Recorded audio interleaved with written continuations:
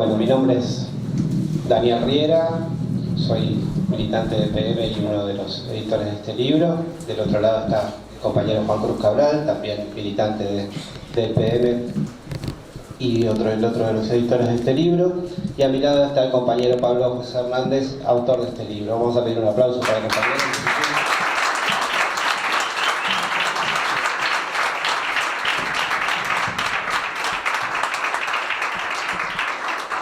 Bueno, entiendo que algunos de ustedes dirán, bueno, sí, está todo bien, pero ¿qué haces vos ahí sentado? Bueno, dale, explicar. Siendo las 16:36, recibo un WhatsApp de Juan Cruz Cabral que dice: prepárate para decir algo hoy. No va ni el gallego ni Maggie. Lo acompaña un emoji así, mano en cara, ¿no? Que quiere decir me quiero matar, y otro emoji así, ¿qué va a hacer? Quiere decir, ¿no? Emoji. Bueno, yo contesté con otro emoji, el de ese que es medio la carita azul arriba, ¿no? Que tipo que está como muy asustado, y un emoji rojo, ¿no? Que indica que te quiero matar, que en realidad es me quiero matar. Pero bueno, no encontraba uno que quisiera decir me quiero matar, ¿no? Y bueno, después, superada esa impresión inicial, le contesté jajajaja, dale. Y aquí estoy. En el camino, además, bueno, me encontré con compañeros muy queridos acá en la puerta y me encontré con... escuché a dos vecinos que pasaban por acá y decían, uy, otra vez los peronchos, ¿no? En posta.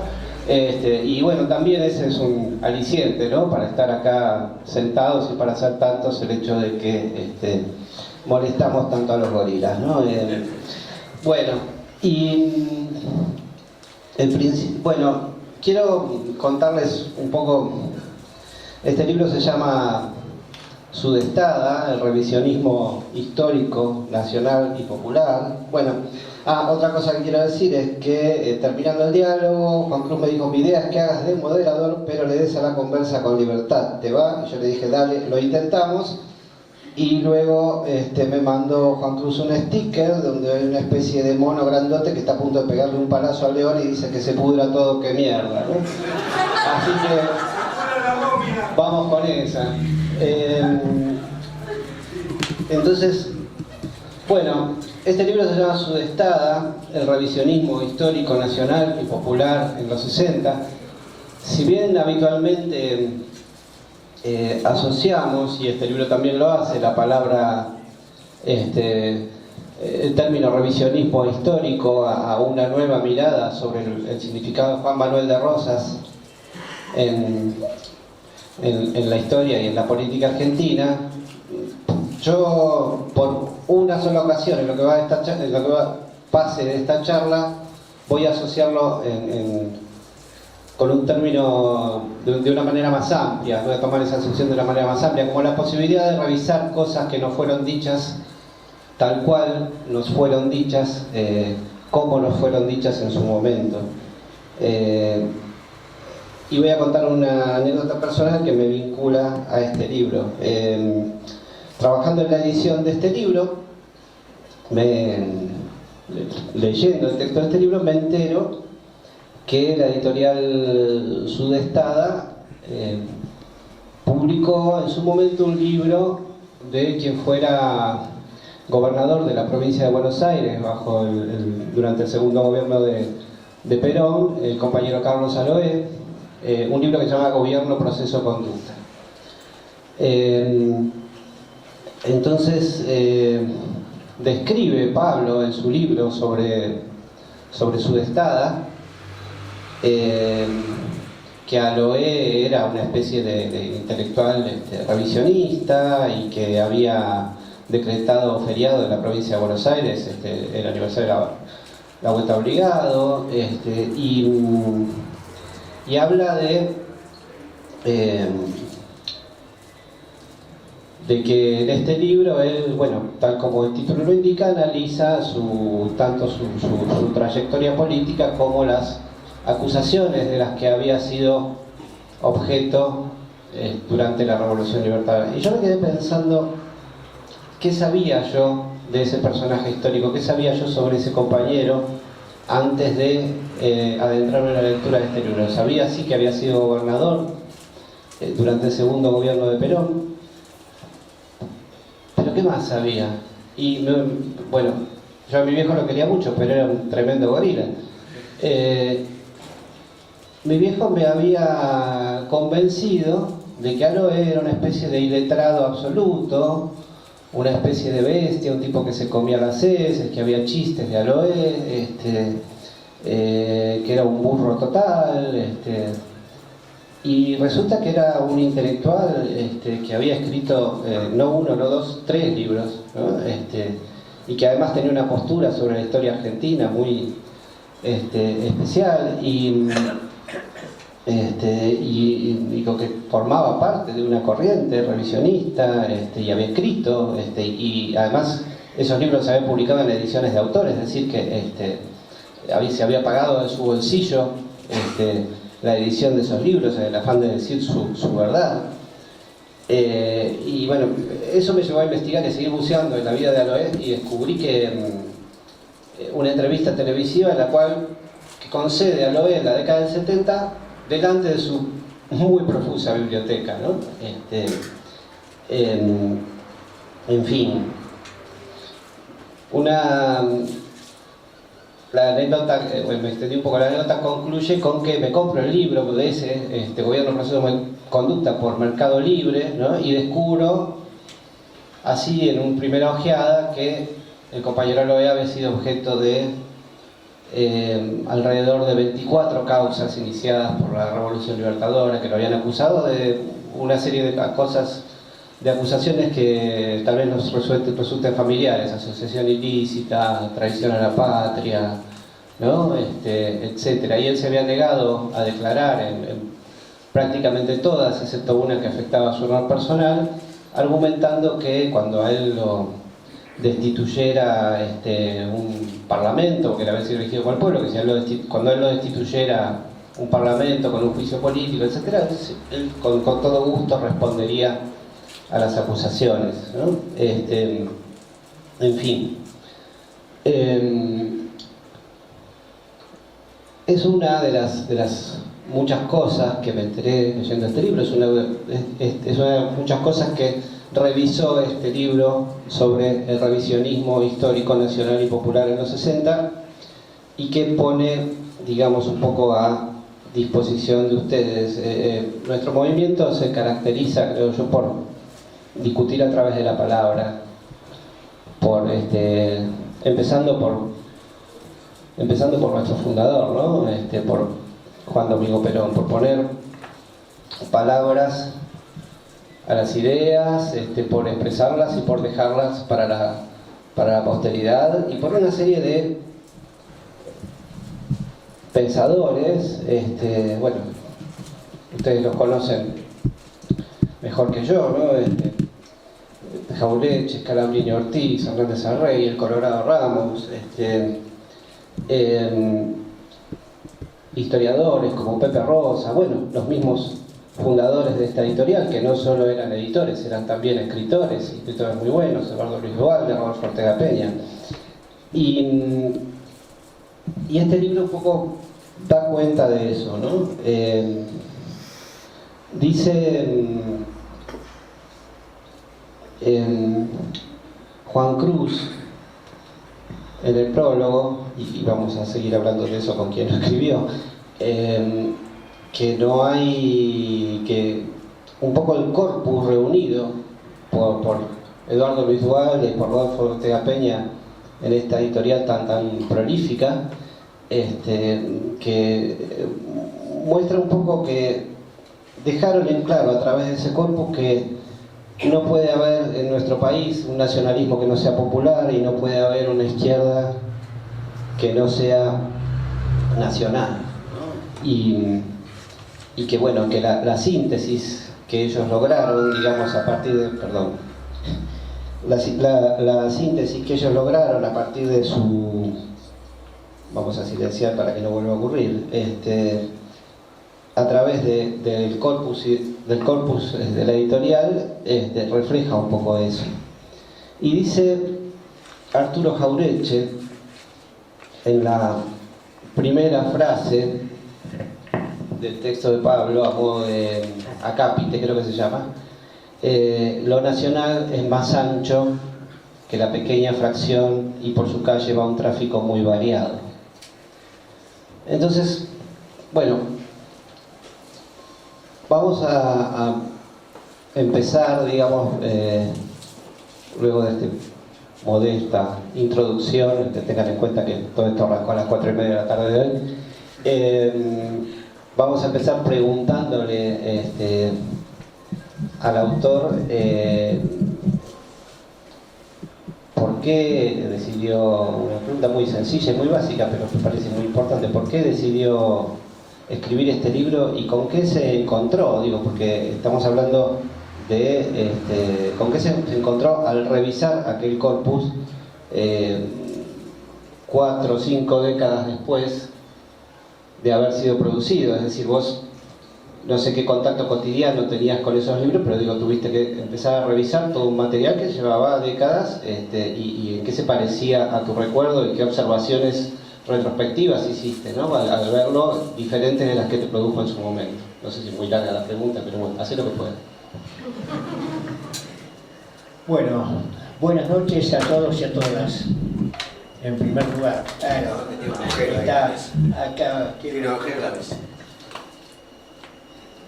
Entramos que hemos pegado. Vamos a tratar de no electrocutar. La trampa. Ah, claro, acá hay un agujerito en el medio justamente. Y lo taparon con la bandera. Bueno, vamos a tratar de contestar esta pregunta y a lo mejor yéndonos un poco para atrás, porque me parece, con la molestia que se han tomado todos ustedes en llenar este salón, ¿no? Incluso con la cantidad de gente parada que hay, merecen que uno no solo reflexione bien a fondo, sino lo que corresponde también es que vaya al fondo de su cuestión, incluso personal. ¿Y cuál es el principio de este libro, en verdad? Me voy muy atrás. Me voy a 1952, al 15 de febrero, que es el día que yo nací. ¿Y dónde nací? Nací en el Hospital Rivadavia, porque la mejor salud en aquel momento era la salud pública, precisamente. Había un ministerio, el primer ministerio que hubo de salud pública, un ministerio que con variantes duró hasta que lo cerrara Mauricio Macri, y después por suerte lo pudimos reabrir nuevamente. 3 años solamente fui yo entonces uno de los únicos privilegiados. Y viene el golpe del 55 y por supuesto no tengo recuerdos estrictamente personales por tener 3 años nada más, pero tengo recuerdos de mi madre y de mi padre, sobre todo recuerdos de mi madre, que me hacía referencia a todo eso. Yo vivía en el pasaje Trípoli, en Villa Pueyrredón, a unas 15, 20 cuadras de Constituyente General Paz, donde está ese gasoducto. Y mi madre todavía recordaba haber visto caer la bomba que por suerte no pegó en el gasoducto de aquel 16 de junio del 55. Y entonces uno va teniendo recuerdos de ese momento y de esos primeros momentos, momentos que en cierta forma, y después voy a explicar de qué manera, me parece que se parecen al momento actual. Porque poniendo fechas concretas, yo estaba en quinto grado, así que tenía 11 años y era 1963. Y estaba en la clase con el maestro de quinto grado, Ávila se llamaba ese maestro. Y nos daba clases a los chicos de escuela primaria, por supuesto, de lo que se daba clase en aquel momento, ¿no? De la República, de la democracia, de la Constitución. Y uno de los compañeritos, González, un chiquitito también de 11 años, dijo algo que en rigor, mucho tiempo después, lo explicaría Jorge Marcial en una de sus canciones. Ese Jorge Marcial que decía, si discuten algún tema, se deschaban por sus lemas. Y Gonzalito dijo algo que le había dicho el padre cuando comentó esto en la clase, en su casa el día anterior. Dijo que el padre había dicho que en su casa tenían una constitución de 1949. Y este maestro, desde toda la potencia del cargo, desde toda la potencia de ser docente, desde toda la potencia de la diferencia de edad, le contestó a Gonzalito, ¿sabés lo que podés hacer con esa constitución? Tirarla por el inodoro. Así de sencillo y así de arbitrario era en aquellos momentos, en este caso del gobierno de José María Guido todavía, la escuela en la Argentina. Y uno no se olvida de ese tipo de cosas, como no se va olvidando de otras cosas que le fue enseñando, en este caso mi vieja. Y el tema era de no discutir, el tema era de dejar pasar las cosas, porque era una cosa absolutamente normal que los peronistas fuéramos descalificados simplemente por ser peronistas. Eso era suficientemente para que no tuviéramos ningún tipo de valor. Y había que dejarla pasar.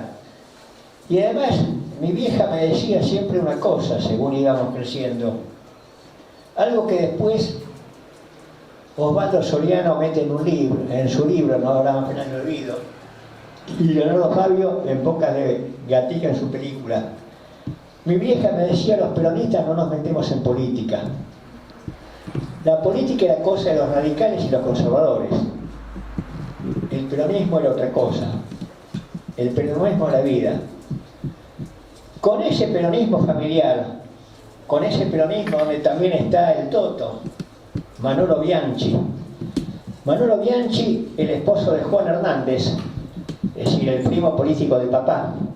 Juana, la prima de papá, era una de las 3 personas que habían levantado Ensenada el 17 de octubre.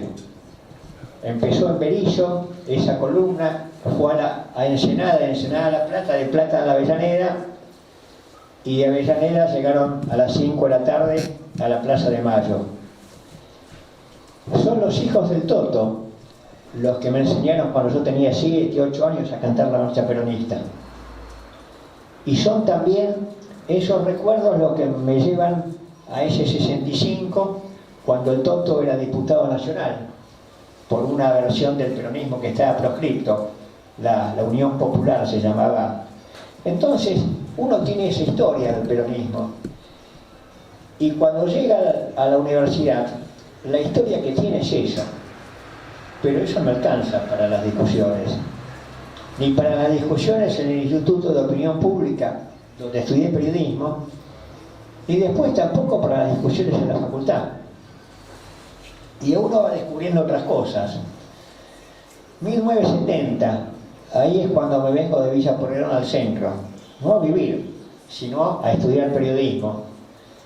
Ya no son los cafés el Zuleika, ni es la escuela, ni es la esquina de una escuela, sí, porque la esquina es una escuela, de Guridia del Carril, sino es tomarse el 108 o el 123 hasta Chacarita, después el subte, ir a la escuela y descubrir en esa escuela de periodismo cosas muy importantes, sobre todo la salida de la escuela. Descubrir que existe la librería de Corrientes, descubrir que existe Pipo para juntarse a comer berrenchelis después de clase, descubrir que existe la Cultural, un café que estaba en donde estaba hoy el Bagüen, en la calle Corrientes, nada más y nada menos que la condoresa Cristina Berrier escribía ahí sus obras de teatro unos años antes. Esa Cristina Berrier, esa centinela que le entregara las banderas que habían flameado en Malvinas a Cristina Fernández no hace muchos años. Y bueno, ahí uno descubre en esas librerías algunas cosas. Por ejemplo, Pro y Contra de Alberti, de Luis Alberto Murray, con prólogo de Fermín Llaves. Ahí descubro también Decíamos ayer, del padre Castellani. Los dos libros de Sudestada. También otros autores, por ejemplo, Escalabrini Ortiz, con El hombre que está solo y espera, José María Rosa prologando ese libro. Y uno se va enganchando con esa literatura. Y se va enganchando también entrando en la Facultad de Filosofía y Letras en 1972, quedaba ahí en la Avenida Independencia, y la carrera de Sociología se dictaba ahí. Cruzando Urquiza, a 20-30 metros, estaba la librería Cimarrón, la librería de un muchacho Hurs, que editaba, entre otras cosas, los apuntes de las cátedras nacionales, editaba la revista Envido, donde escribían dos muchachos amigos de él, que estaban también a veces en esa librería, José Pablo Feynman y Horacio González. Y ahí descubro dos libros que me enganchan con todo: Felipe Vallese, Proceso del Sistema, y Folclore Argentino y Revisionismo Histórico. Los dos eran de Ortega, Peña y Duhalde. Y bueno, eso y Política Nacional y Revisionismo Histórico de Arturo Jaureche, editado por Peñarillo. Y bueno, ya me dan argumentos para un peronismo que yo traía en mis vivencias familiares y barriales, pero la que tenía también las palabras para poder expresar y discutir ahí en la facultad. Era un momento donde tuve, por ejemplo, a una coautora. Es un honor para mí estar en esta colección donde también escribió ella, donde también la publicaron a ella. La profesora mía de introducción a la filosofía fue Amelia Podetti, una compañera que casi no tenía libro, hasta que los muchachos de Capiangos pudieron por fin editarla, recuperando sus notas de hechos e ideas. Ese era el ambiente que vivíamos en aquel momento. Ese era el ambiente que tenía dos cosas distintas. Por un lado, la apertura en cuanto a partir del 65-66, sobre todo el 66, cuando hay un golpe y se cierra la política, se abre un poco la historia para dar batalla, y por otro lado seguía todavía eso de ser menos simplemente por ser peronista. Bueno, así descubrí a Sudestada. Ahí yo no tenía la menor idea de que eso iba a seguir así, pero ahí empecé a escribir este libro. No sé si te alcanza esta respuesta. Bueno, buenas tardes a todos y a todas. Como ya escucharon, ni Magdalena ni el gallego vienen por distintos motivos. Magdalena no se sentía bien, y el gallego tenía una reunión que era más importante que todos nosotros, lo cual, más allá de que uno se desencante de la posibilidad de escucharlo al gallego en estas circunstancias que siempre brilla. Sí, era una reunión importante, verdaderamente, y no podía decir que no.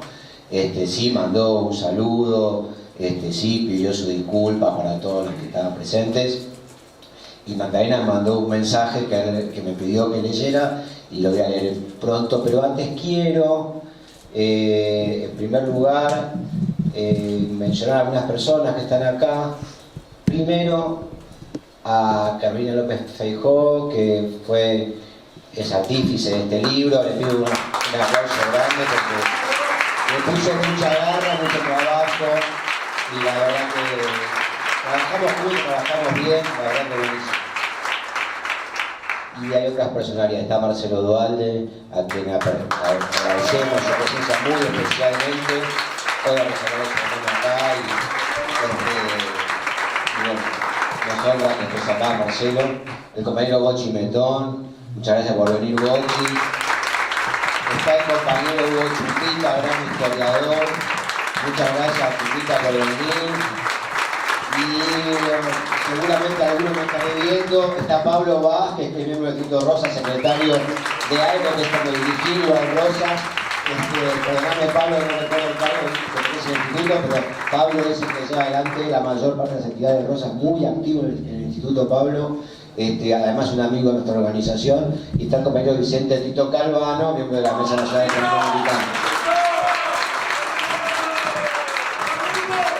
Dicho esto, los saludos de rigor, y agradeciendo a los militantes de Piedra 6C4, nuestra principal unidad básica, la primera que tuvimos, que tuvimos en el centro, por lo menos, la que oficia el local central del peronismo militante, agradeciendo lo que trabajaron para poder hacer esto, a Leandro Rashid, que también estuvo ahí las piernas. Está Dana Rodríguez Lizardo, nuestra responsable de todo, miembro de la mesa de organización nacional, que te ha visto cómo te va.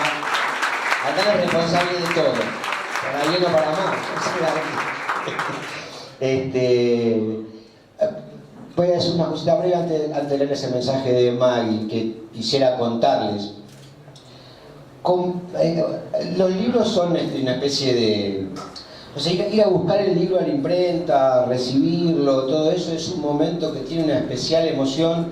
Los libros tienen un carácter vital, están rodeados de un hálito, ¿no?, vital, extraño, que de algún modo se meten, se dirá fácilmente, son como hijos o algo por el estilo. Lo cierto es que comprometen muchas emociones, y en este caso, para mí particularmente fue una gran alegría editar el libro de Pablo Hernández. A riesgo de ser referencial, pero creo que en definitiva este libro, cuando habla del movimiento nacional y de la tarea de Ortega Peña y Duhalde en esa editorial, habla muy de nosotros. Entonces, a riesgo de ser un poquito autorreferencial, voy a contarles que mis primeras conferencias de política a las que asistí allá por los años 80 eran en el Centro de Estudios, en el CEDEA, en el Centro de Estudios Argentinos, que entre otros llevaba adelante a Abelardo Ramos, a quien yo conocía de muy pequeño, y de los primeros conferencias que escuché ahí estaba Pablo. Entonces, a la vuelta de la vida, muchos años después, de los 80 para acá, encontrarlo a Pablo en mi patria de adopción, que es Loma de Zamora, y empezar a frecuentarlo, y que charla va, charla viene, apareciese la posibilidad de editar este libro y que él tan generosamente nos permitiera hacerlo a nosotros desde Capiangos, para mí tiene un sabor especial, como el sabor que tiene, como ese sabor vital que tiene cada libro que uno hace, pero en este caso muy particularmente, porque además Pablo es un referente, Pablo es un gran divulgador, un gran historiador del pensamiento nacional y del peronismo, y creo que a la tarea que nos dimos con Capiangos le era esencial, puesto que nosotros nos propusimos editar Compañero del Peronismo Militante, reeditar viejos trabajos que ya no se encontraban, editar cosas que nos parecía que necesitaban, como el caso de Amelia Podetti, que acá se mencionó, que fueron editadas en revistas, yo qué sé, pero no por ahí en libros. Y para Capiangos tener a Pablo como un compañero más de la editorial, con uno de sus trabajos, es más que un orgullo y particularmente una alegría. Dicho esto, por ahí después tenemos ocasión de hablar algo más, les leo el mensaje de Magdalena. Si me tienen un poco de paciencia, lo busco en un instante. Ahí no se sentía bien, realmente no podía venir, y bueno, mando este mensaje. Buenas tardes a todos y todas. Lamentablemente no puedo estar ahí acompañándolos. Quiero felicitar al compañero Pablo José Hernández por este tremendo libro que invito a todos y todas a leer. Entender la importancia del revisionismo histórico, la enorme tarea que se dieron Rodolfo Ortega Peña y Eduardo Luis Duhalde con las publicaciones de la editorial Subestada, que abrieron camino y despertaron el sentir nacional de miles. Como bien se plantea en el libro, la batalla Discúlpenme, pero apenas que lo leo. Como bien se plantea en el libro, la batalla cultural y el revisionismo histórico es el arma ideológica con la que contamos quienes nos formamos desde una concepción nacional, antiimperialista y popular.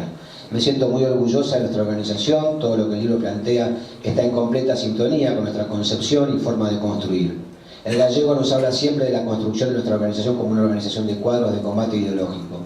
En un mundo donde prevalece el capitalismo extremo, donde prima el individualismo y donde nos quieren hombres y mujeres despojados de nuestra historia, la edición de este libro y la tarea militante son actos revolucionarios. Es nuestro deber formarnos y formar para dar las discusiones ideológicas necesarias, que es la manera en que engrosamos y dotamos de musculatura al movimiento nacional conducido por Cristina Fernández de Kirchner.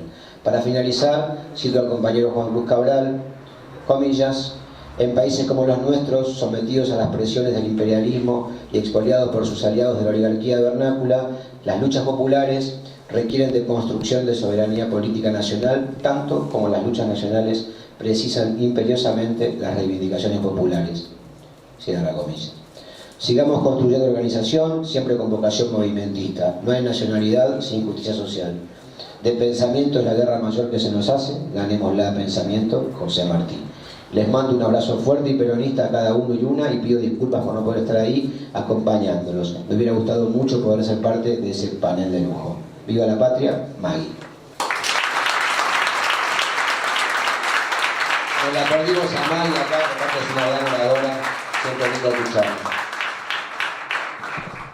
Bueno, como bien mostró Juan Cruz, bueno, hacer un libro es un trabajo de equipo. Él saludó requiere, por supuesto, primero, en principio, del talento del autor y de su trabajo, pero luego hay como una gran máquina en este caso, de compañeros que se ponen en marcha. Bueno, él la nombró a Carolina y yo quería saludar, que está por ahí también, acá, bueno, la nombró a Carolina, que trabajó en el diseño, y yo quería también saludar a Maylene Cervera, que hizo las fotos de la tapa hermosa, la foto del autor.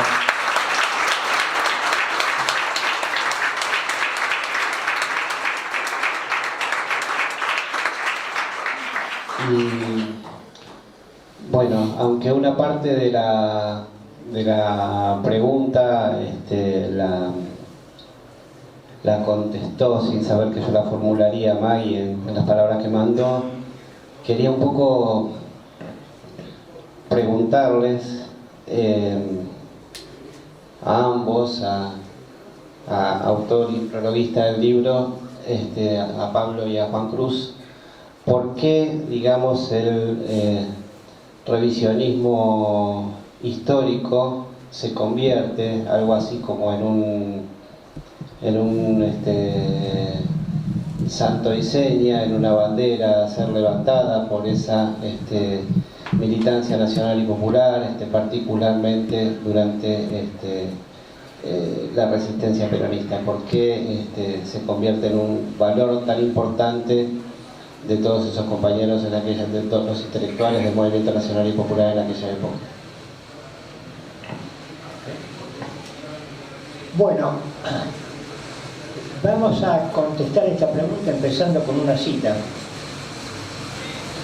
que dice así: la subordinación cultural siempre se ha instrumentado sobre la ignorancia y la falsificación de la historia. Por supuesto, una revisionista dijo esto. Es decir, la revisionista que llevó al revisionismo histórico al más alto nivel institucional de la historia argentina. Es decir, aquel 20 de noviembre de 2010, cuando la autora de esta frase decretó que el 20 de noviembre era feriado nacional e inauguró en la Vuelta de Obligado un monumento a esa Vuelta de Obligado y a Juan Manuel de Rosas. Me estoy refiriendo, por supuesto, a Cristina Fernández.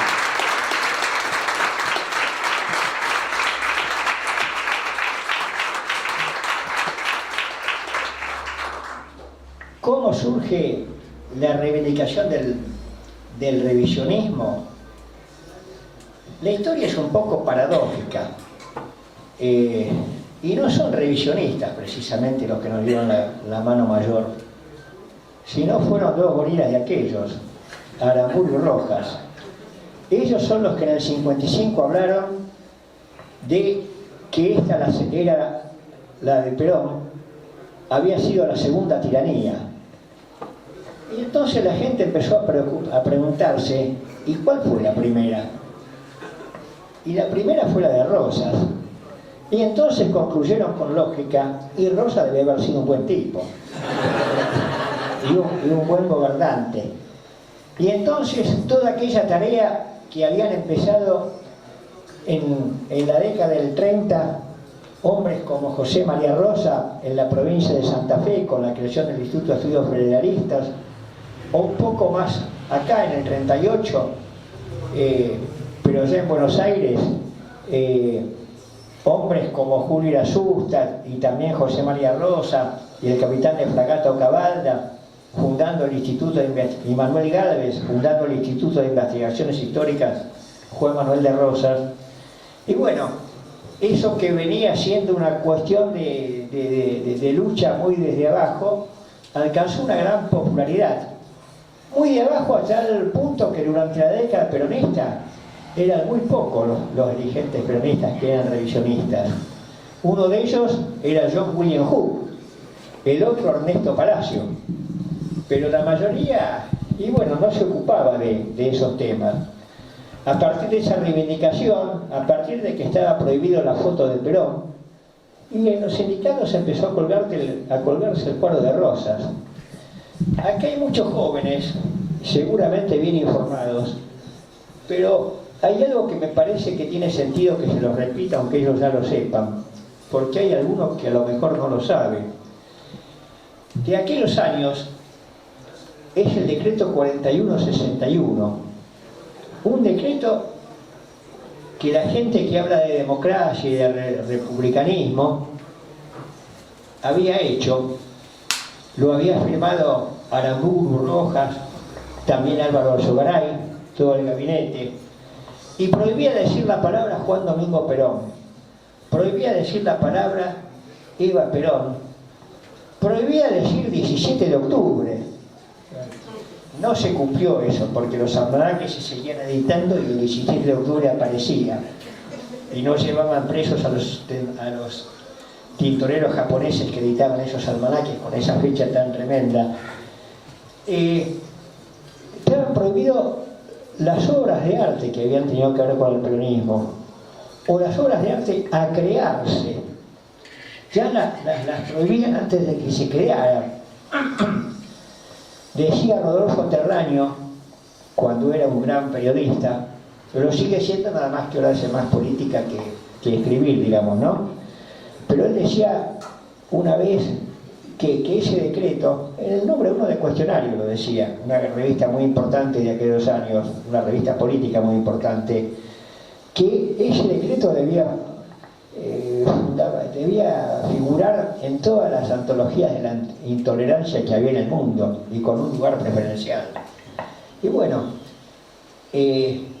con esa asociación de revisionismo y peronismo es que se empieza a dar la batalla en épocas de Onganía con libros como estos que edita Sudestada, con autores como José María Rosa, como el padre Castellani, como Fermín Chávez, como Luis Orcañas, como muchísimos otros, como los mismos Rodolfo Ortega Peña y Eduardo Duarte. Pero bueno, en rigor de verdad, ahí empieza a darse una batalla muy importante, pero una batalla que continúa. Continúa porque precisamente lo que nos demuestra ellos con esta editorial es el pluralismo del movimiento nacional. Hay sacerdotes católicos como Castellani, editan también a Rodolfo Puigros, editan también a Leonidas Lamborghini con su libro Las patas en las fuentes, editan a Alfredo Carlino, editan a Luis Alberto Murray. Bueno, no les voy a enumerar todos los libros que han editado con esos autores. Como la escaloneta del peronismo, más o menos. Era como la escaloneta del peronismo, que empiezan de a poco y con todo. Y ahí está esa editorial que se vende en distintas maneras. Por un lado, por supuesto, tienen que ver los trabajadores, se acercan a los trabajadores. No hay que olvidarse que Rodolfo Ortega Peña y Eduardo Luis Duhalde fueron asesores de la Unión Obrera Metalúrgica. No se asusten los que escuchan la versión alfonsinista de la historia. Fueron asesores de Augusto Timoteo Bandor. Pero también fueron piezas fundamentales en la Federación Gráfica Bonaerense, con Ramón Doigaro.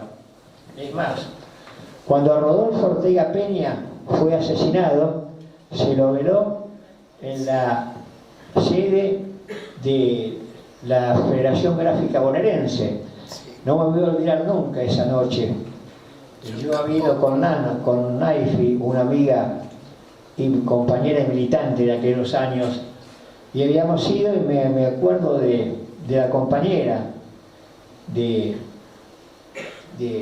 Rodolfo Ortega Peña, con la cinta adhesiva en su labio, porque uno de los balazos le había arrancado el labio, y ahí estaba ella de pie frente al cajón de Ortega Peña. Y no estaba Eduardo Duhalde en ese salón, estaba en un salón contiguo, porque en medio del dolor, pero sabiendo que la lucha continúa, estaba escribiendo el discurso que pronunciaría al día siguiente. Y bueno, por eso estos libros no son papel, estos libros son carne y espíritu en nosotros, en los que militamos en aquellos tiempos.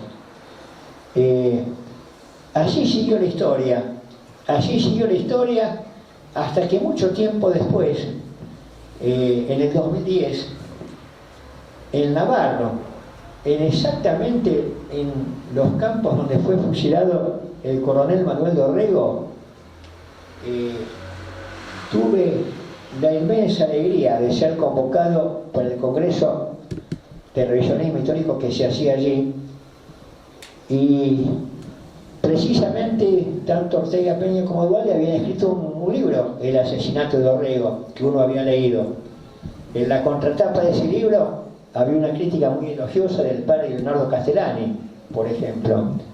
Y a mí me tocó compartir la mesa con un muchacho, Enzo Regali, que iba a hablar sobre Abelardo Ramos, con Eduardo Duhalde, que iba a hablar de Ortega Peña, y me correspondía a mí hablar de José María Rosa. Y yo empecé diciendo lo siguiente. Empecé diciendo que si bien yo tenía que hablar de José María Rosa, iba a tomarme algún minuto de mi charla para hablar de Rodolfo Ortega Peña y de Eduardo Duhalde, porque precisamente José María Rosa de alguna manera había sido el maestro de ellos en el revisionismo, pero que yo necesitaba hablar de ellos dos porque con los libros de Sudestana yo había empezado a formarlos, y tenía los libros de Sudestana. Y dije, exagerando, tenía también la colección de Militancia, la revista que editaban, e inmediatamente me corregí. Digo, no, en rigor no la tengo, la quemé en marzo del 76. Y con su humor maravilloso, Eduardo Luis Duhalde me dijo, y lo bien que hiciste, convocando la risa de toda la gente, seguida también por un aplauso. Esa fue nuestra historia. Eso nos demuestra otra vez que la historia es carne y espíritu. Somos lomenses nosotros y citamos a Eduardo Luis Duhalde, pero cuando citamos a Duhalde el bueno, ¿no? Somos vecinos cerca, pero bueno, yo vivo en la calle Boquerón. El otro Duhalde vive en la calle Ramón Falcón, ¿no? ¿En qué otra calle podría vivir? Y bueno, aquí estamos otra vez en estos momentos tan difíciles, Cuando se instalan esos libros, los de Sudestada, y años antes, nuestro jefe, el general Perón, no era reconocido como general, porque había sido degradado. Estaba condenado en cualquier cantidad de juicios por los jueces y la Corte Suprema. Había sufrido también un atentado, lo habían querido matar. Y el pueblo sabía que nuestro jefe seguía siendo él, y que seguía siendo el que tenía la justa en lo que tenía que ver con la historia y con la política. ¿No les hace acordar eso a este momento donde se repiten los juicios, donde se repiten las condenas, donde se repiten los intentos de asesinato? Hace 2 meses, justamente hoy, que trató de ser asesinada nuestra vicepresidenta actual, nuestra presidenta Cristina Fernández, aquella mujer a cual nosotros sentimos que en este momento está dando la misma lucha que en su momento dio Perón por el revisionismo histórico y por la política. Le cedo la palabra a Juan Cruz.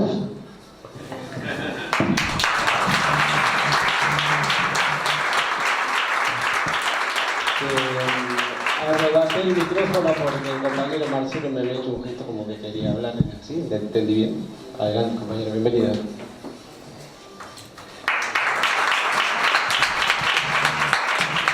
Muchas gracias, compañeros. Brevemente, no quería dejar de agradecer, como parte que fui de la editorial Sudestada, de la revista Militancia y de todas las cosas que pudimos hacer con la conducción de Rodolfo Ortega Peña y mi hermano Eduardo Luis Duarte.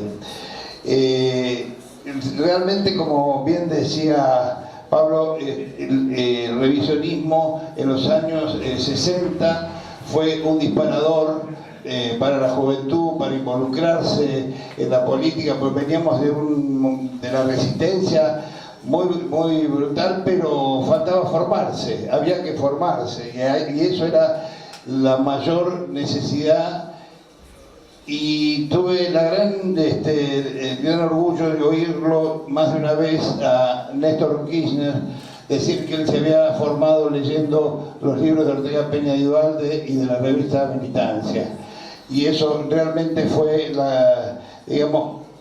la confirmación de que todo lo que se había hecho y todo lo que se había militado, y que no era simplemente una editorial, sino que era una usina de política donde circulaban todos los compañeros que en algún momento estaban en alguna actividad.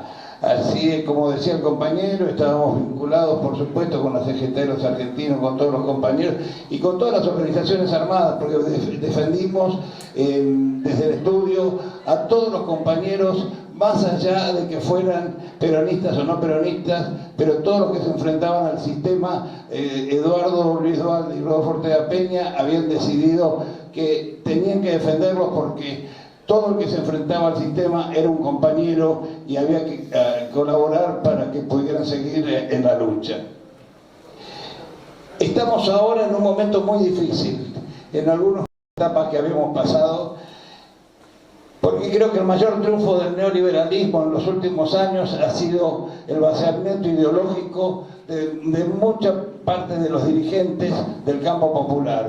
Y eso lo tenemos que revertir. Y por eso es un lugar que produce mucha alegría ver la cantidad de jóvenes que hay involucrándose y participando de la militancia.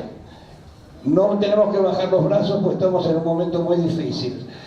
Tenemos que dar la pelea porque tenemos que decirle basta al neoliberalismo. Este domingo pasado volvió Lula. El próximo año tiene que volver Cristina a ser presidenta de la República.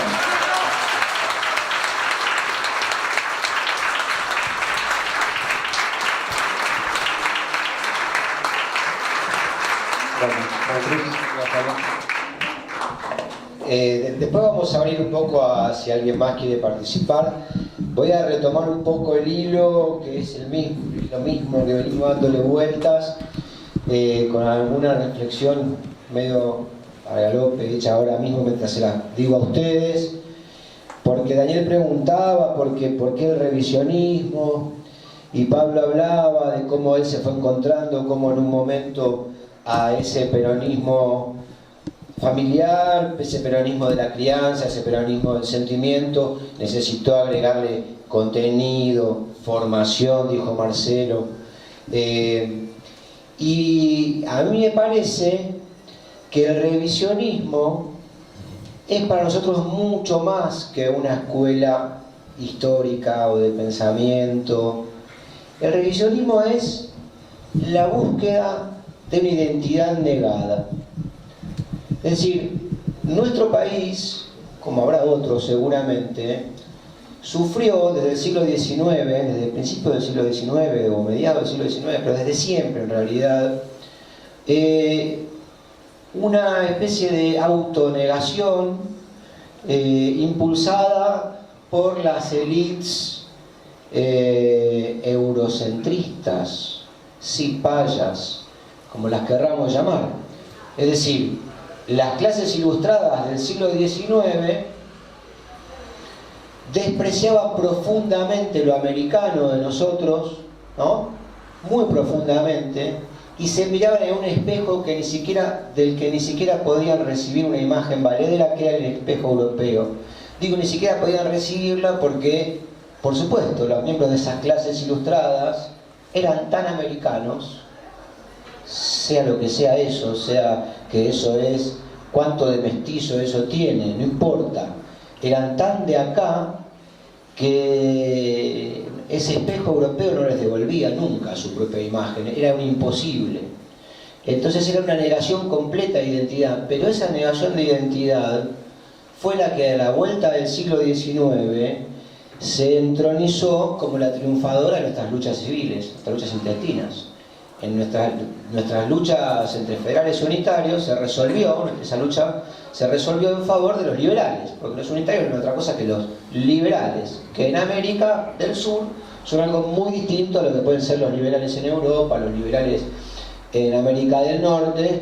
Son una ideología comprada en el almacén, ¿no?, por el cliente, pero el manual escrito por el almacenero. O sea, los liberales nuestros tienen la particularidad de que, a diferencia de los liberales de otras latitudes, nunca se propusieron proteger, por ejemplo, el trabajo nacional, la industria nacional. Nunca se propusieron, porque en vez de imitar lo que hacían, en vez de tomar el ejemplo, y más bien hacían lo que los liberales de otras latitudes nos decían que había que hacer. No hacían lo que hacían los otros, hacían lo que decían que teníamos que hacer. Eso que era el libre comercio. En ese combate de orden económico y también de clase,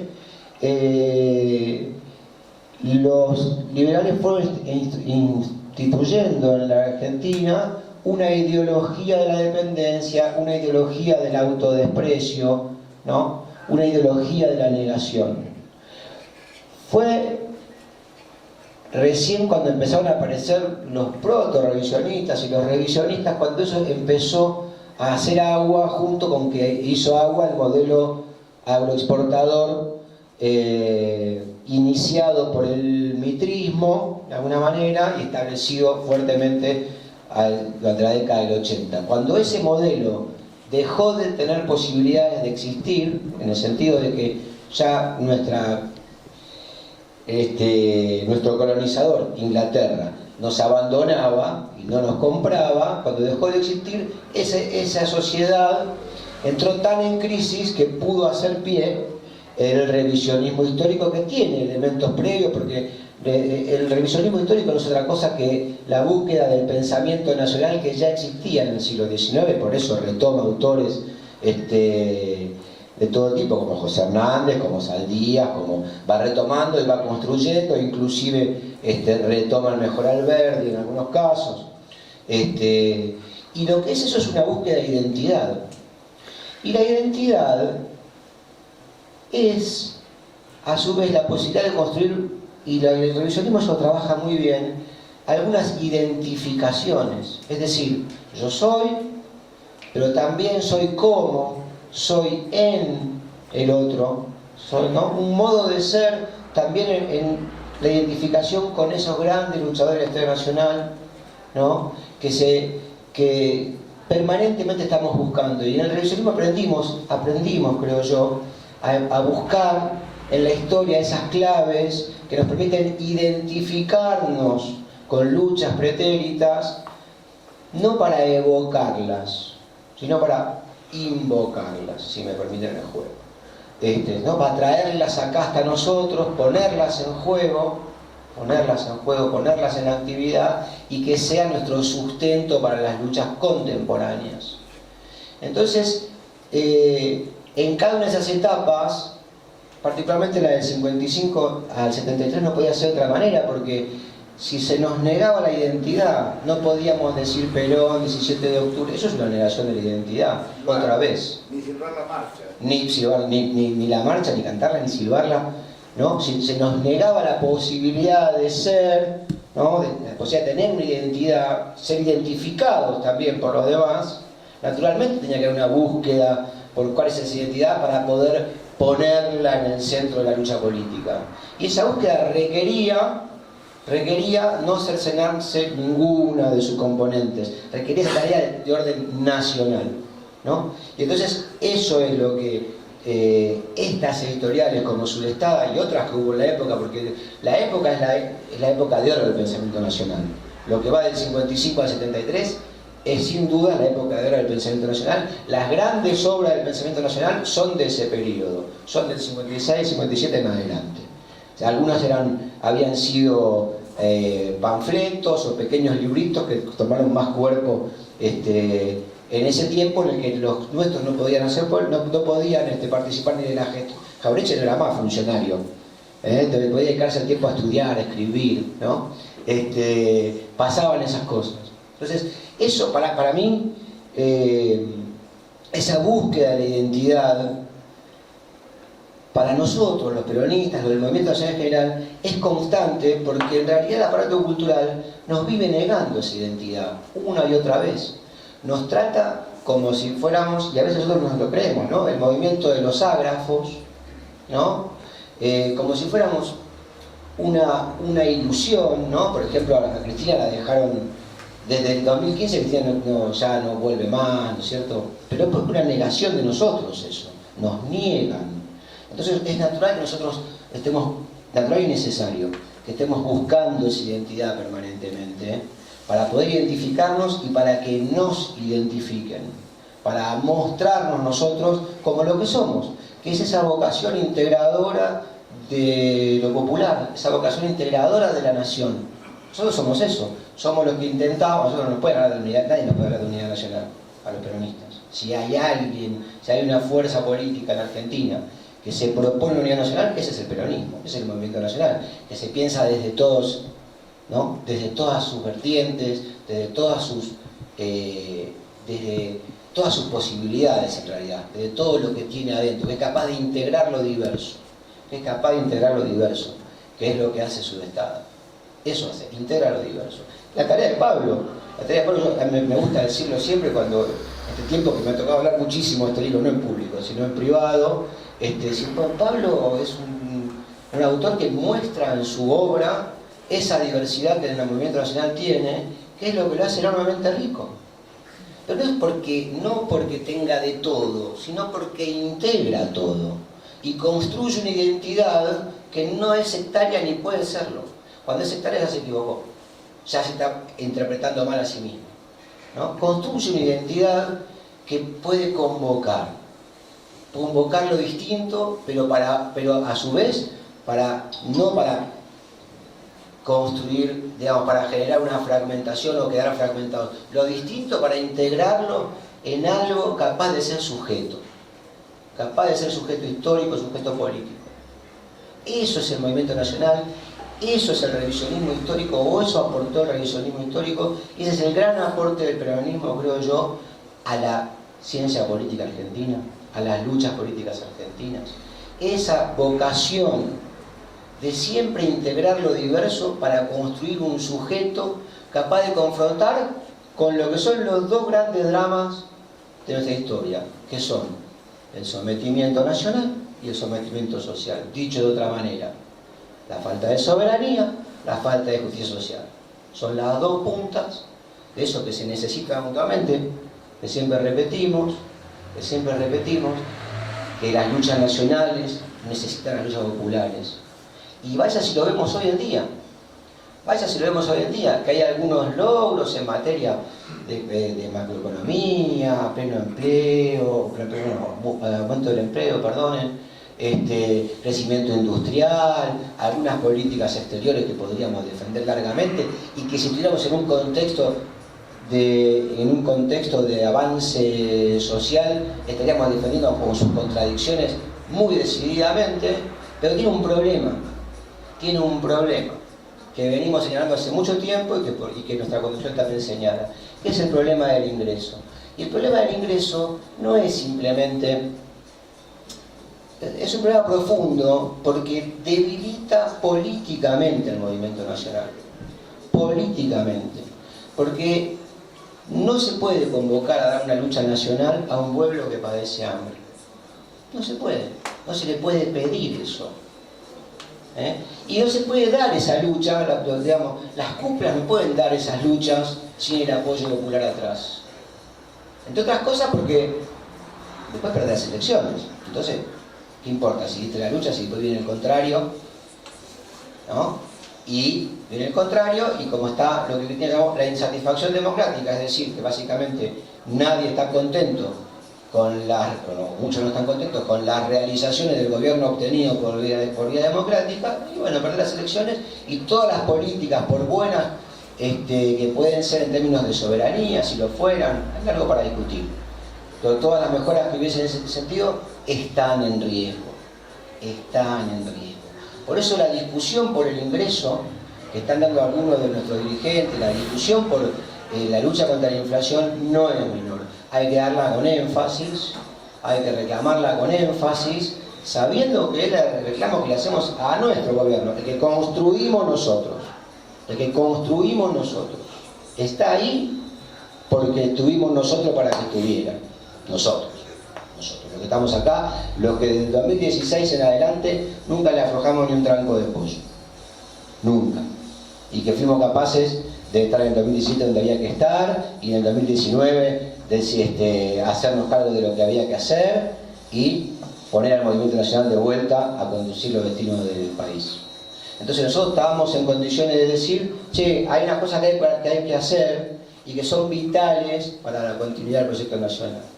Son vitales, porque ninguna mejora macroeconómica, ninguna política se puede sostener si no existe un pueblo que vaya gozando los beneficios de eso en paralelo cada vez más y progresivamente. Lo explicó Perón, no hace falta que lo diga yo. Si no hay ningún sacrificio que reclamar a nuestro pueblo, en ningún momento. El pueblo tiene que permanentemente gozar de los beneficios de la construcción política, de soberanía, de independencia económica.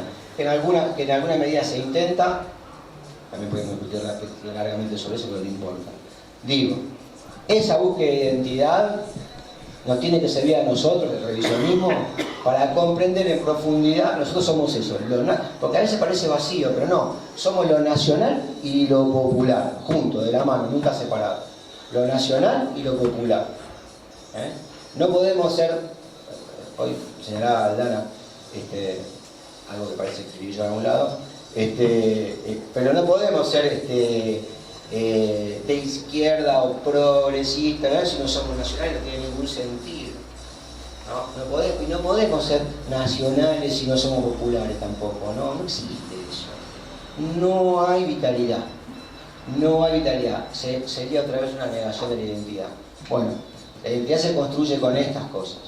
Se construye identificándonos con Ortega Pina, con los autores de esta editorial, con Pablo José Hernández, que es capaz de todo el tiempo traernos, invocar todo aquello. La identidad se construye así, entre todas las compañeras, todos los compañeros, sabiendo que somos parte de un mismo colectivo que tiene que dar la batalla por el 2023 y que sabe perfectamente dónde está la llave para ese 2023, dónde está condensado lo nacional y lo popular. Creo que no hace falta ni que lo diga. la condensación de lo nacional y popular en la Argentina se llama Cristina Fernández de Kirchner. Nosotros vamos a trabajar para eso, porque eso es lo que la Argentina necesita.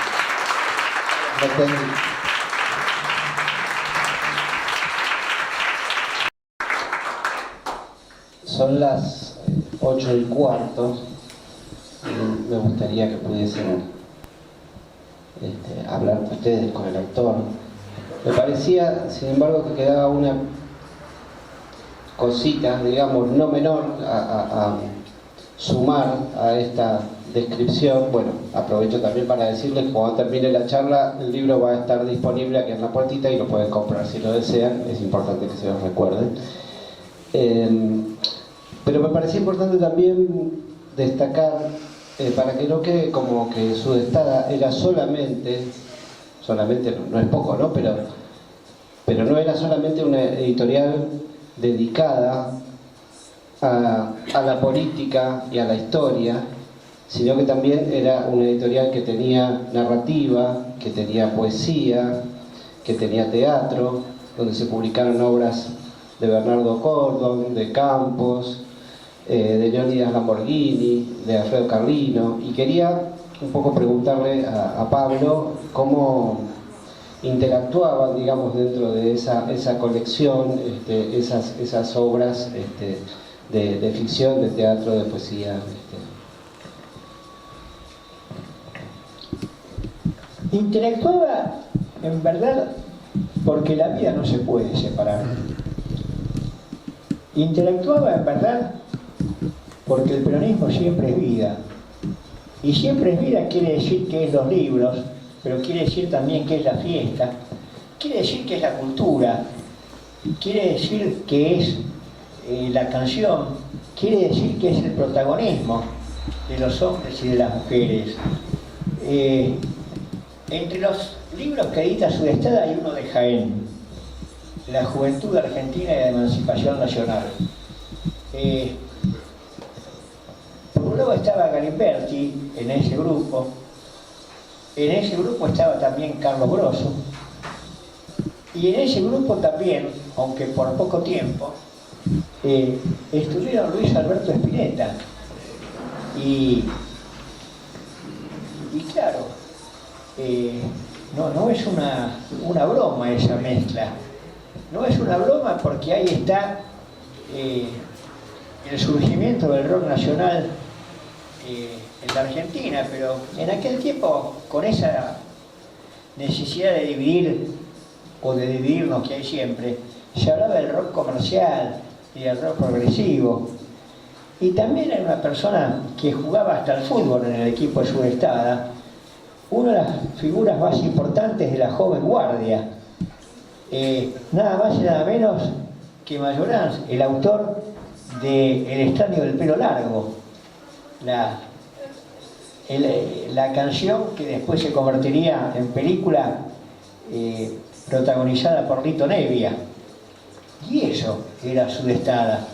Era la poesía de vanguardia con Leónidas Lamborghini, y era la poesía más visceral con Alfredo Carlino, y era la novela de Bernardo Cordon, y era también el rescate de obras del siglo XIX, Las verdades de mi tiempo de Calzadilla, o la de los hombres que se ocuparon en su momento de expediciones militares en lo que se llamó erróneamente, pero sí se la llamaba, que era la campaña del desierto, como la colección que tenía que ver con la expedición en la Huelhuapi y otros títulos. Esa mezcla era Sudestada, porque esa mezcla era lo cotidiano de la vida. Y el peronismo no es una cosa que está la vida por un lado y está la militancia por el otro. En el peronismo no hay diferencia entre la militancia y la vida. Son las 24 horas de militancia. Cuando estamos en reuniones políticas, cuando escribimos, cuando comemos, cuando hacemos el amor, cuando dormimos y cuando soñamos. No separamos una cosa de la otra. Y después se transforma en libros, por ejemplo, o en canciones, o en alegría, o en mezclas. Hablaba de pluralismo, Juan Cruz. Acá está muchísima gente joven. Es sorprendente que siga habiendo tanta gente joven que adhiere al peronismo y que milita con todo como cuando éramos jóvenes nosotros. Eso es una gran alegría. Pero también hay gente que fue joven hace muchos años acá. No puedo nombrarlos a todos,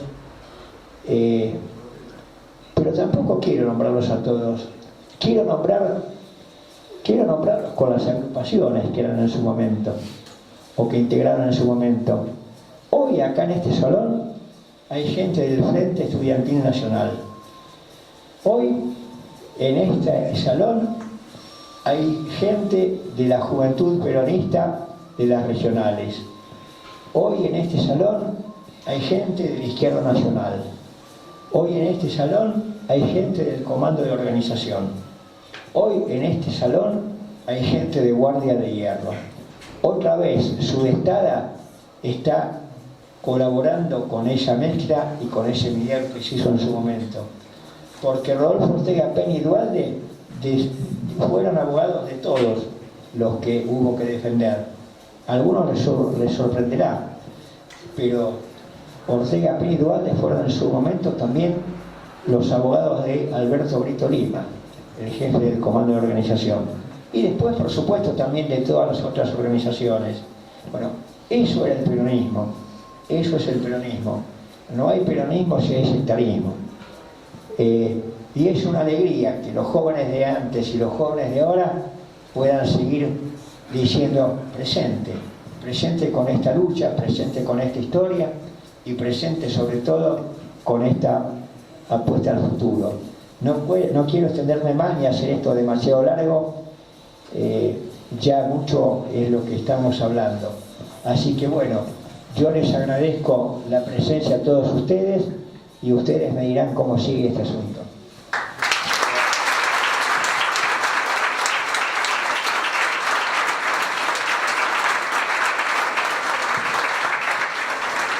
Bueno,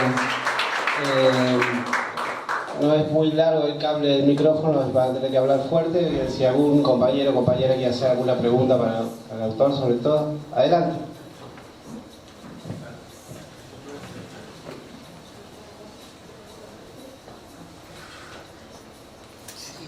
¿Qué tal? Buenas noches. Bueno, yo soy Franco, milito en la Comuna 12. Le quería preguntar al compañero, ¿qué piensa que nosotros podamos aprender del mitrismo como doctrina o como elemento que podamos aplicar siendo tan efectivo, ¿no? Y siguiendo tan vigente en la sociedad argentina hoy en día? Bueno, yo decía que el peronismo mezcla todo, ¿no? Y mezcla los recuerdos. Lo escuchaba el compañero, lo veía con su pullover y me acordaba de Johnny Tedesco. Que usaba precisamente pullovers tan entusiastas como esos. ¡Sos viejo, Pablo! ¡Soy viejo! Eso es lo que ya están aportando. Esa alegría, ese desenfado hasta en la vestimenta. Pero, ¿qué es lo que puede aportar el peronismo en la actualidad? Bueno, por empezar yo diría que... Me corrijo, sí. me corrijo porque el compañero lo que dijo, pero lo preguntó, es qué puede aportar el mitrismo en cuanto a qué metodológico, creo que está diciendo. Si hay algo de lo metodológico que fue, ¿no? ¿Del mitrismo? Mitrismo como construcción de la historia que pueda ser tomado para dar esa batalla cultural. Bueno, lo primero... Dejar el diario para que me vea las espaldas. Lo primero de todos es lo más importante, me parece a mí. Lo que podemos aprobar y rescatar y tratar de reemplazar el mitrismo en eso, que nos obligaría a cambiar de nombre, porque nosotros siempre hablamos de revisionismo. ¿Y qué significa eso? Que el mitrismo se quedó con el centro del ring, y nosotros lo que tenemos que tomar es el centro del ring. Y que sean revisionistas ellos, cuando la nuestra historia sea la fundamental en la Argentina. Ahora, claro, siempre se puede tomar de otros lugares. El mismo José María Rosa rescataba de Bartolomé Mitre, que aunque parcialmente, pero por lo menos se había ocupado de hacer una historia que se basara en documentos. Y en ese sentido sigue siendo vigente eso, que debe basarse en documentos. Pero también yo creo que hay hasta otras facetas de Mitre que podemos rescatar nosotros. ¿Por qué? Y porque nosotros es la historia total la que vivimos. Y es la historia total de la Argentina la que tenemos que rescatar, por lo menos en lo que sea de rescatable. Nos decía Raúl Scalabrini con mucha razón que los ferrocarriles se habían construido como una telaraña que desembocaba todo en el puerto de Buenos Aires. Sí, y eso es verdad, no lo negamos, eso es verdad. Pero también hay algo que podemos rescatar de esa telaraña, que fueron de alguna manera una forma de integración de la Argentina y fueron también las que sirvieron a la creación de pueblos. Acá hay una compañera de Moreno, una compañera precisamente, Clelia, de allá de La Reja. Y Moreno existía desde siempre, por supuesto, existía desde que allá vivían los querandíes y no tenía ese nombre. Existía desde que ahí iban a pastorear las caballadas de Juan Manuel de Rosas. Existía desde que San Martín y Belgrano cruzaban ahí para ir por sus destinos de combates militares. O en el caso de Belgrano, parando en las acuadas de Álvarez, como un alto en el camino cuando fue a Rosario para crear la bandera argentina. Y bueno, todo eso es cierto, pero Moreno se crea en rigor cuando el ferrocarril llega a Moreno. Ahí empiezan a acercarse y a hacerse las primeras casitas donde vendían tipo pulpería, tipo almacén de ramos generales, donde se hace algún lugar para que se quede alguien a dormir ahí. Y bueno, ese es el Moreno de la actualidad. Ese es el Moreno que nos da con el correr de los años y a partir de aquel inicio. Alguien que hizo alguna de las mejores canciones de amor del mundo, ¿no? El autor del Viejo Matías, Víctor Heredia, de allá del Paso del Rey. O Eve Ward, aquella mujer que vivía en sus últimos años, no demasiado lejos de acá, en Almagro, pero que hizo algunos de los mejores libros, a las mejores novelas y los mejores cuentos de la Argentina. Esa Eve Ward que tiene varios de sus textos que transcurren precisamente también en el Paso del Rey. O ese Moreno donde se instala durante 3 años como alumno de un colegio pupilo, el Instituto Fay, un Instituto Fay que obligaba a hablar incluso hasta en inglés, y escribe algunos de los mejores cuentos de la historia de la literatura argentina que transcurren en el colegio Fay, donde fue 3 años pupilo. Esos cuentos se conocen como la saga de los irlandeses, y ese autor se llama Rodolfo Walsh. Así que siempre podemos sacar cosas, incluso del mitrismo. Lo que hay que comparar, por supuesto, son los documentos con la realidad, y saber también que los documentos escritos, uno, ya vienen condicionados cuando son escritos. Todo es subjetivo. Pero 2, que también hay una historia oral. 2 o 3, que también hay una historia que cuentan los vecinos, que hay una historia que cuenta las cosas, los hechos, los lugares. Y en ese sentido, nosotros tenemos que ser, y esto lo decía también con mucha claridad Jauretche, nosotros tenemos que adueñarnos de todo, pero no con un sentido de propiedad privada, sino con un sentido de apropiarnos para saber que todo lo que forma parte de la nación argentina puede ser leído también con ojos nacionales. Es decir, ¿cómo no rescatar a Jorge Luis Borges? No solo a Jorge Luis Borges, que prologó El Paso de los Libres, el libro de Arturo Jauretche. No solo ese Borges, sino ese Borges de sus cuentos, ese Borges de sus poesías, o ese Borges interesante a veces para abrazarlo y a veces para discutir con él. Cuento 2 aspectos y 2 anécdotas distintas. Uno de los escritores de Sudestada, Luis Alberto Murray, se juntaba, lo iba a buscar al departamento de la calle Maipú, iban a caminar por la Plaza San Martín, porque tanto Borges como Luis Alberto Murray eran amantes de la Divina Comedia, y de la Divina Comedia hablaban. Pero también esa familiaridad a Murray, que era periodista, le permitió en el año 72 hacerle un reportaje a Borges con motivo del Martín Fierro, al cumplirse el centenario del Martín Fierro. Y Borges nos hizo un regalo maravilloso, a Murray y a todos nosotros. Le dijo, bueno, está bien, pero no hay que darle tanta importancia a José Hernández, porque si José Hernández viviera ahora, y sería más o menos algo así como peronista. Ese regalito a nosotros no nos había ocurrido. También había que discutir cuando se reporteaba a Jorge Luis Borges. Por ejemplo, cuando fue ese muchacho a hacerle un reportaje a la revista Extra, y la revista Extra, la de Bernardo Neustadt, y Borges le dijo que no había peronistas, que nadie se reivindicaba peronista, y el periodista le tuvo que decir lo siguiente: mire, yo no me presento como tal cuando trabajo de periodista y vengo a hacer un reportaje que tiene que ver con ciertos temas, pero no puedo dejar pasar eso por alto, y quiero decirle que yo soy peronista.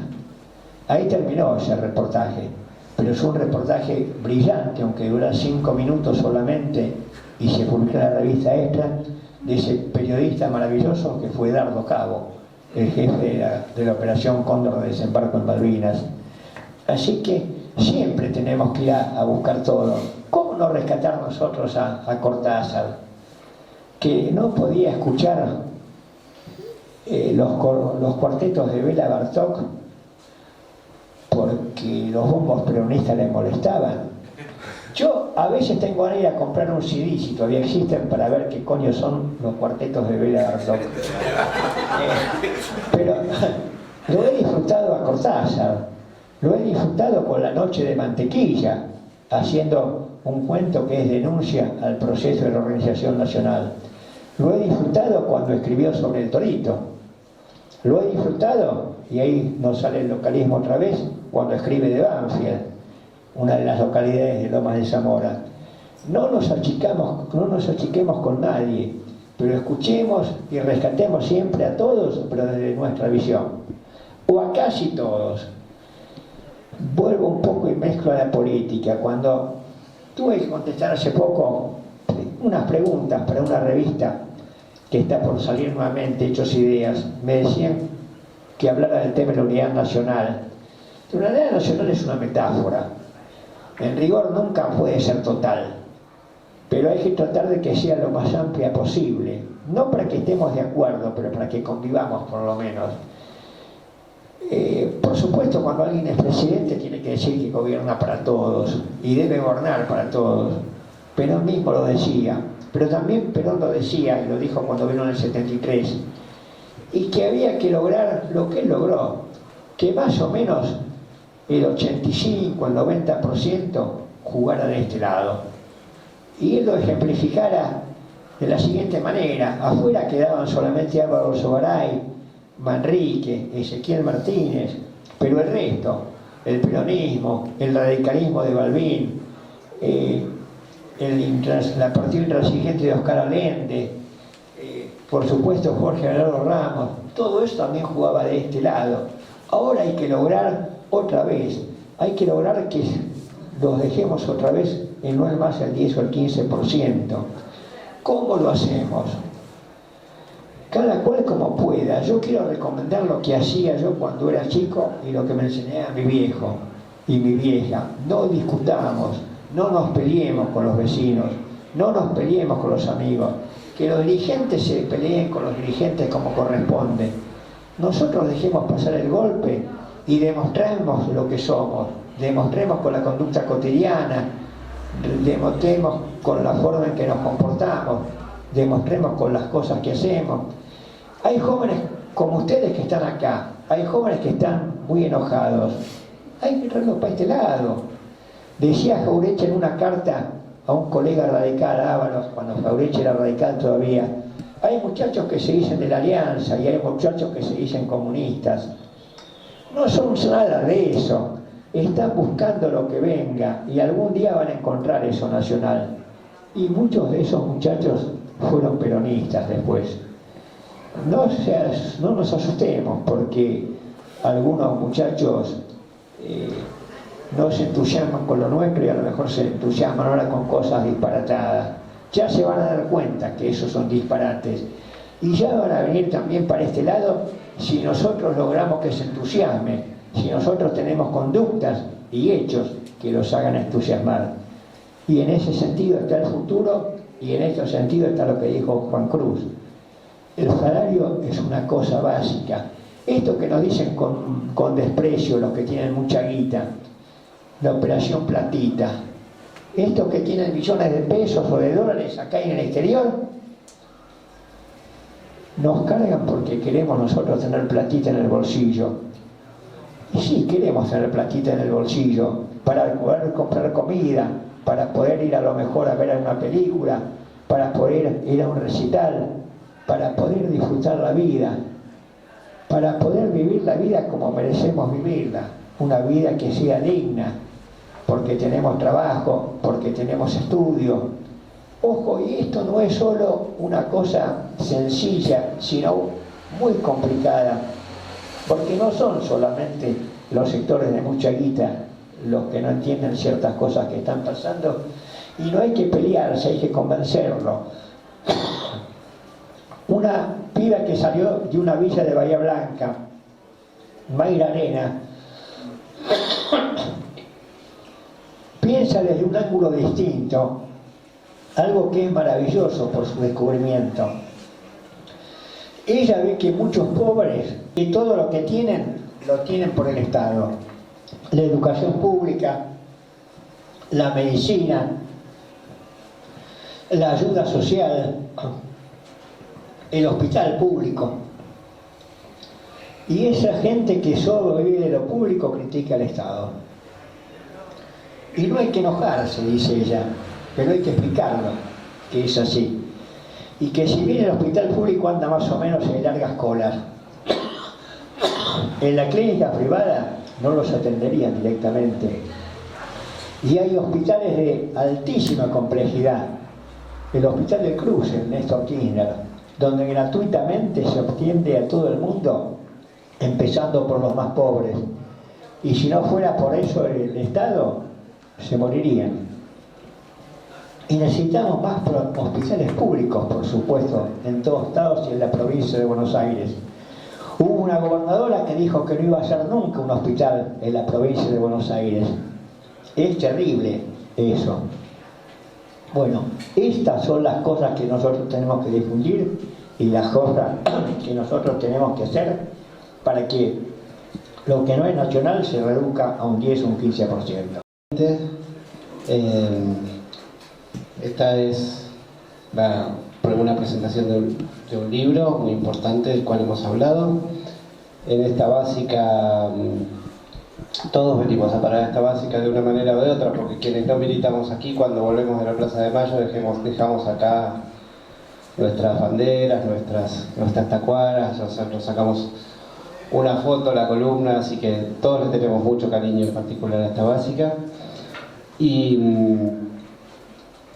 así como esta es una presentación de un libro, es también un acto peronista, así que si les parece bien podemos cerrarlo antes de que ustedes vayan a comprar el libro a la puerta, cantando la marcha peronista.